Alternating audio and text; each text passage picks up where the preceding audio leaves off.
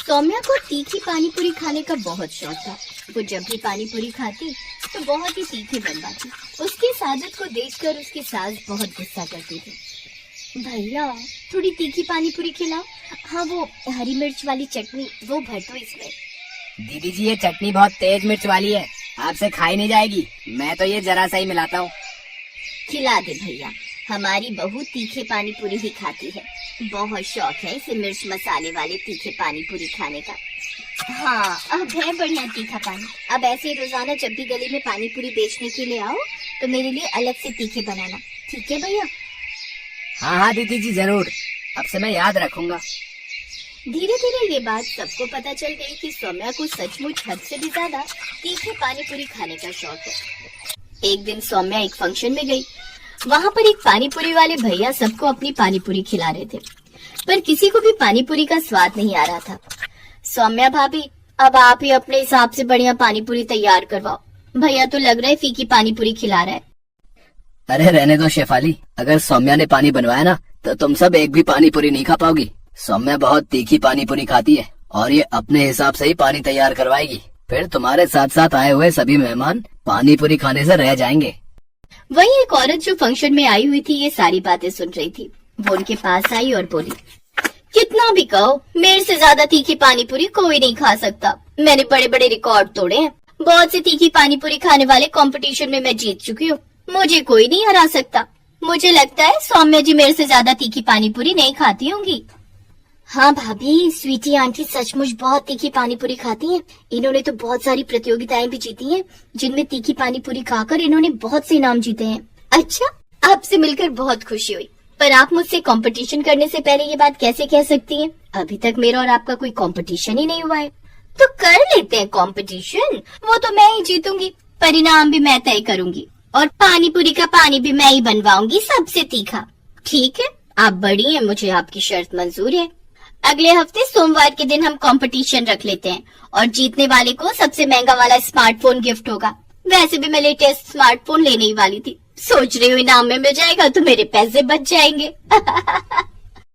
ठीक है आंटी जी, अब प्रतियोगिता में ही मिलते हैं। सौम्या स्वीटी आंटी से प्रतियोगिता के लिए हाँ कहकर घर आ जाती है, पर उसकी सास उस पर गुस्सा करने लगती है। बहू, अगर तुम प्रतियोगिता में हार गई तो तुम जानती हो तुम्हारा फालतू का नुकसान हो जाएगा।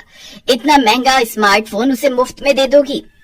तभी तो मैंने इस प्रतियोगिता के लिए हाँ की है। मेरा भी मन है कि मैं एक बढ़िया नया फोन लूं। अब मैं तुमसे कब से कह रही थी कि मुझे स्मार्टफोन दिलवा दो, तुमने तो दिलवाया नहीं। मैंने सोचा मैं खुद ही ले लेती हूँ, और अब जब सामने से ऑफर आ रहा हो तो भला मैं मना कैसे करती। और माँ जी, क्या आपको अपनी बहू पर विश्वास नहीं है? आपको पता है ना मैं कितनी तीखी पानी पूरी खाती हूँ। ये प्रतियोगिता तो मैं ही जीतूंगी, बस आप मुझे अपना आशीर्वाद दो। सौम्या प्रतियोगिता के लिए तैयार थी। वो अपनी सास और पति नीरज के साथ सोमवार के दिन एक रेस्टोरेंट में पहुंचती है। वहीं स्वीटी भी अपनी कुछ सहेलियों के साथ वहां पहुंच चुकी थी।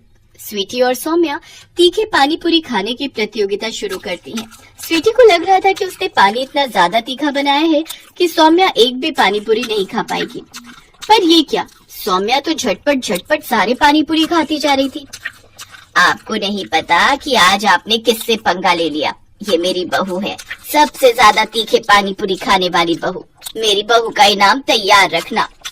स्वीटी ने अपने हिसाब से पानी बनाया था, हद से ज्यादा तेज और तीखा मसाला। कुछ ही देर में स्वीटी की तो आंख और कान से धुआं निकलने लगा।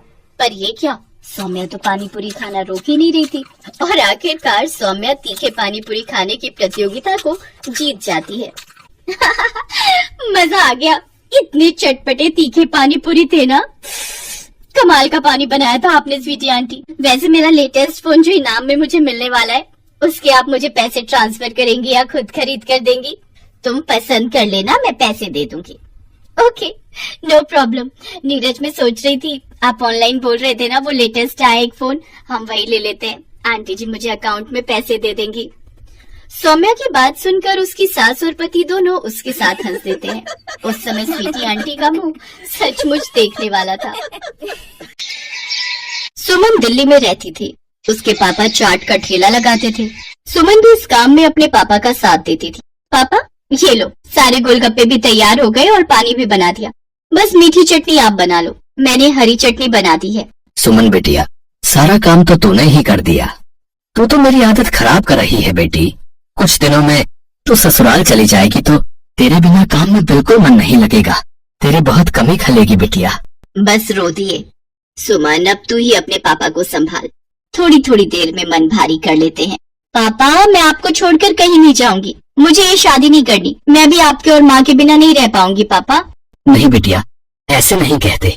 बेटियों को अपने ससुराल जाना ही होता है। केशव बहुत अच्छा लड़का है, तो ससुराल में बहुत खुश रहेगी।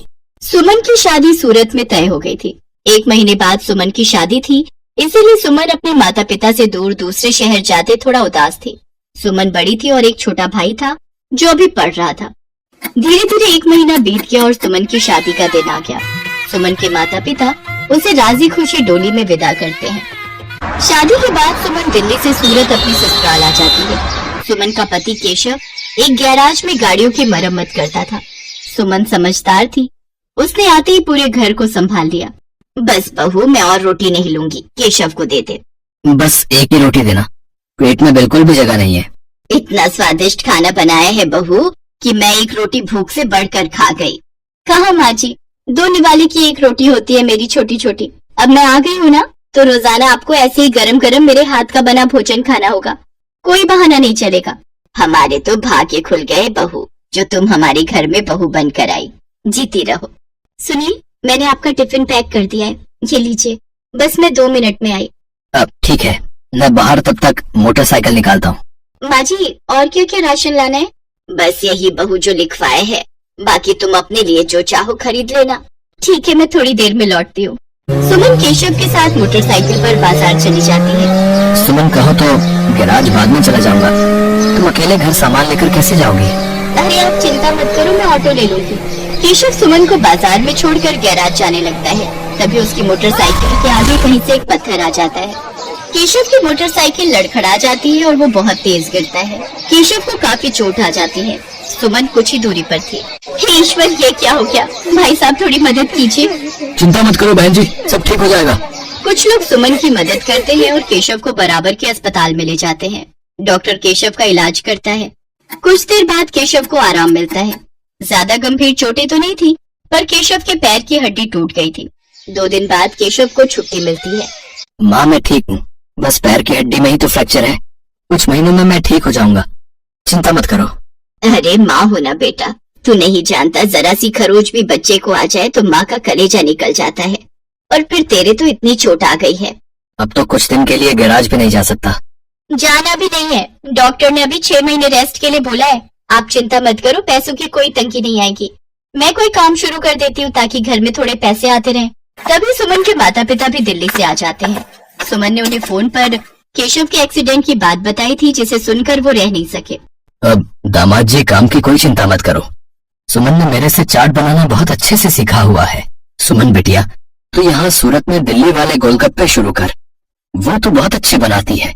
कुछ दिन मैं यहाँ रुक जाता हूँ, जब काम सेट हो जाएगा तब मैं वापस चला जाऊंगा। हाँ पापा, ये ठीक रहेगा। दिल्ली वाले गोलगप्पे यहाँ बहुत अच्छे चलेंगे। हमारे इधर आसपास किसी ने भी दिल्ली वाली गोलगप्पे का काम नहीं शुरू किया हुआ। केशव बेटा, आप सारी चिंता छोड़ दो। पापा और मैं कुछ दिन अब यहीं रहेंगे। शुक्रिया माँ, शुक्रिया पापा, आपने मुझे बहुत हिम्मत दी है। ऐसी बहू और ऐसे समधी सचमुच बहुत नसीब वालों को मिलते हैं। सुमन की सास की आंखों में आंसू आ जाते हैं। केशव को भी अपने सास ससुर के आने के बाद बहुत हिम्मत मिल गई थी। सुमन अपने पापा के साथ सूरत में गोलगप्पे का ठेला शुरू करती है, जिसके ऊपर लिखा था दिल्ली वाले गोलगप्पे। गोलगप्पे के दीवाने तो बहुत लोग हैं और सूरत में तो पानीपुरी के सभी दीवाने हैं। ये देखकर सुमन और उसके पापा ने गोलगप्पे का स्टॉल लगा दिया। उनके बने गोलगप्पे बहुत पसंद किए जाने लगे। सुमन बेटिया, मुझे पता है अब तुम काम अकेले संभाल लोगी। अब हमें चलना चाहिए। सूरज भी अपनी बुआ के घर बहुत दिन से रुका हुआ है। वो उन पर बोल रहा था कि हमारे बिना उदास हो रहा है। हाँ पापा, सूरज बहुत दिन अकेला रुक गया और आपको दिल्ली का भी तो काम संभालना है। वो भी बहुत दिनों से बंद पड़ा है। अब तो मैं सब कुछ संभाल लूंगी, आप मेरी चिंता मत करो। सुमन के माता पिता वापस दिल्ली लौट जाते हैं। उन्हें आए हुए भी बहुत समय हो गया था। अब सुमन अकेली रोजाना गोलगप्पे का ठेला लगाने लगी। वो रोजाना सुबह उठकर गोलगप्पे और बाकी का सामान तैयार करती और बाजार निकलती। कुछ भी कहो सुमन दीदी, आपके गोलगप्पे का जवाब नहीं है। हम सारी सहेलियां रोजाना शाम को स्पेशली मार्केट आपके गोलगप्पे खाने के लिए आती हैं। हाँ सुमन दीदी, ये तो सच है, बहुत टेस्टी गोलगप्पे होते हैं आपके, साथ में खट्टा मीठा पानी बहुत बढ़िया बनाती हो आप। बस आप सब ग्राहक तारीफ कर देते हो, मुझे काम करने में और प्रेरणा मिलती है। ये लो, इसी बात पर 2 गोलगप्पे फालतू खाओ। सुमन रोजाना ऐसे ही शाम के समय बाजार में ठेला लगाती थी। धीरे धीरे सुमन के गोलगप्पे पूरी सूरत में फेमस होने लगे। अब तो उसे शादियों और पार्टी के भी ऑर्डर मिलने लगे। इस काम में सुमन की सास भी उसकी मदद करती थी। कहीं भी शादियों और पार्टी के ऑर्डर मिलते तो सुमन अपनी सास के साथ जाती और वहाँ पर अपना स्टॉल लगाती। स्टॉल पर दिल्ली वाले गोलगप्पे लिखा देखकर लोगों की भीड़ सबसे पहले वहीं पर टूटती थी। बहुत अच्छे पैसे कमा लिए सुमन ने। फिर एक दिन सुमन केशव और अपनी सास से बोली, सुनो, अब तो तुम्हारी तबीयत में थोड़ा सुधार हो गया है। मैं सोच रही हूँ तुम गैरेज का काम छोड़ दो, हम गोलगप्पे की एक दुकान खोल लेते हैं। अब तो हमारे पास अच्छे पैसे इकट्ठे हो गए, हम कुछ कारीगर भी रख लेंगे। सुमन, तुमने तो मेरी पूरी जिंदगी बदल दी। कहते हैं एक आदमी की सफलता में एक औरत का हाथ होता है, और तुमने तो मेरा बहुत साथ दिया है। तुम जैसा चाहती हो हम वैसा ही करेंगे। जीते रहो मेरे बच्चों। सुमन की मेहनत से सब कुछ अच्छा होने लगा। केशव और सुमन बाजार में किराए पर एक दुकान ले लेते हैं, जहाँ पर वो अपने साथ साथ कुछ कारीगर भी रखते हैं जो इस काम में उनकी मदद करते थे। कहते हैं परिस्थितियां तो जीवन में आती जाती रहती हैं। परिस्थितियों से डर कर नहीं, बल्कि परिस्थितियों का मुकाबला करके ही जीवन को सरल बनाया जा सकता है। जो व्यक्ति संघर्षों से लड़ता है वही ऊंचे मुकाम प्राप्त करता है। जैसा सुमन ने किया, वो परेशानियों से डरी नहीं, बल्कि उनसे बचने का